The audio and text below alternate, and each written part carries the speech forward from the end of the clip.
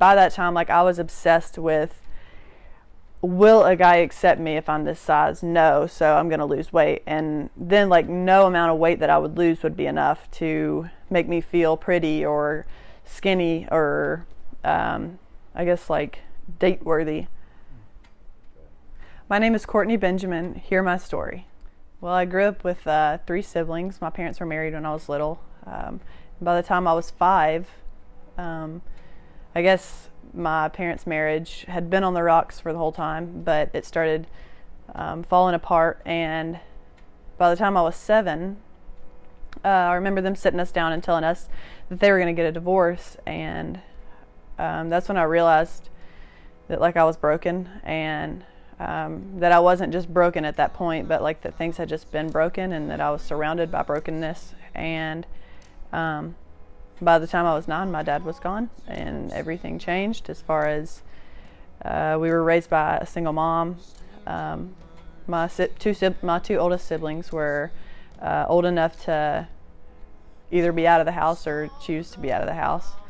And then my other brother, he was 18 months older than me, and we lived with my mom. And I mean, it was just the single mom life. We were struggling sometimes paycheck to paycheck, but we made things work. And yeah, by the time I was 9, things were just, I was a really broken kid. My journey really began, I would say, the year my dad left, the year that he was actually gone out of my life. I started struggling with suicidal thoughts, and I told my mom, and I just felt like it was, I don't know that she took me seriously, because I don't know that she knew how serious I was. But yeah, I started struggling with suicidal thoughts, and then it just started going downhill from there. By the time I was 18, my brother that was 18 months older than me passed away. And I remember by that time eating had become almost like an idol of mine. Like, it was something that I thought about all the time. It was something that I felt like I needed to control. I needed to make sure that I wasn't getting too much, and that I was exercising enough so I could stay and maintain a certain weight, or stay at and maintain a certain weight. And then my brother passed away, and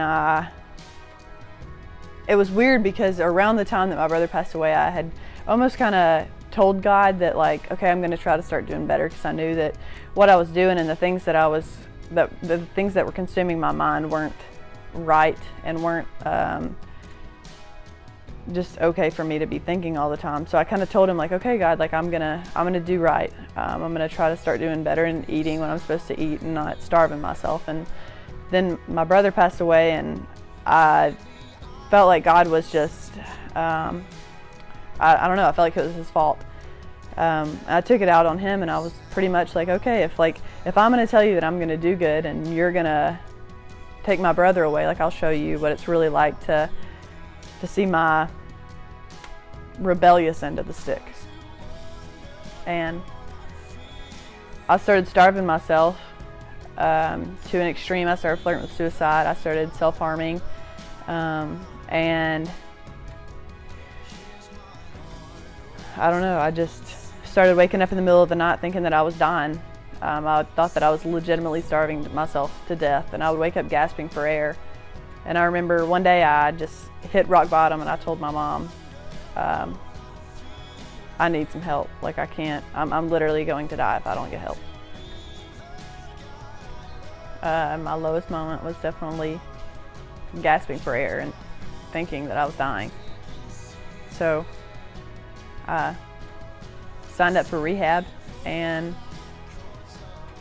I was going 2 months later, and I found myself in a 6-month program, 13 or something hours away from home, by myself with no one that I knew. And I was there for 8 months, and it completely changed my life. I remember before rehab, I had been in church. I was in youth. Some growing up. I decided to start going to church when I was able to drive, and I was just in youth. I loved it. But one thing I found out when I hit rock bottom was that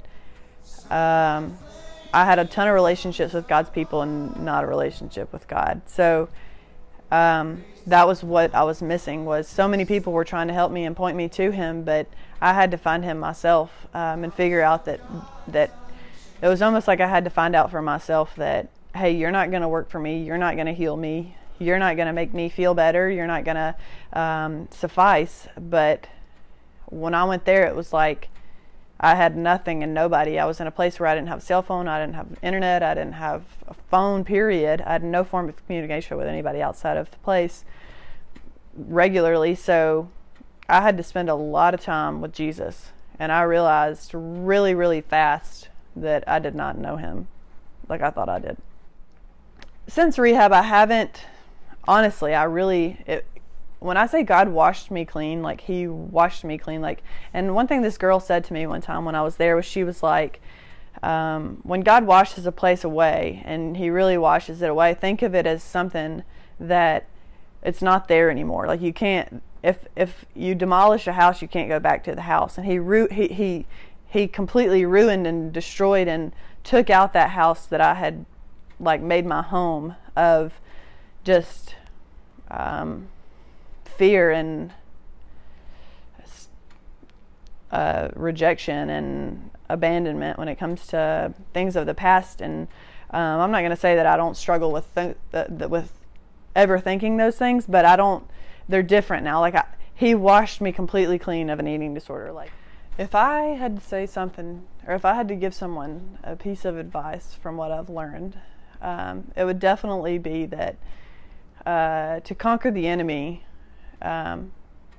you have to do the opposite of what he wants you to do.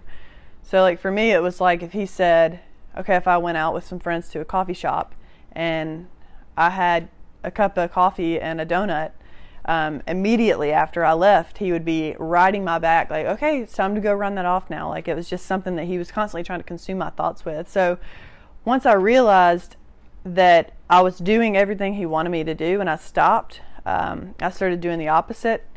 It was insane how much Jesus used that to help me. So it's like, instead of if I would eat a donut, when he's like, go run that donut off, it's like, no, you know what? I'm going to sit here and I'm going to enjoy myself because I'm still loved and I'm still accepted and I'm still beautiful.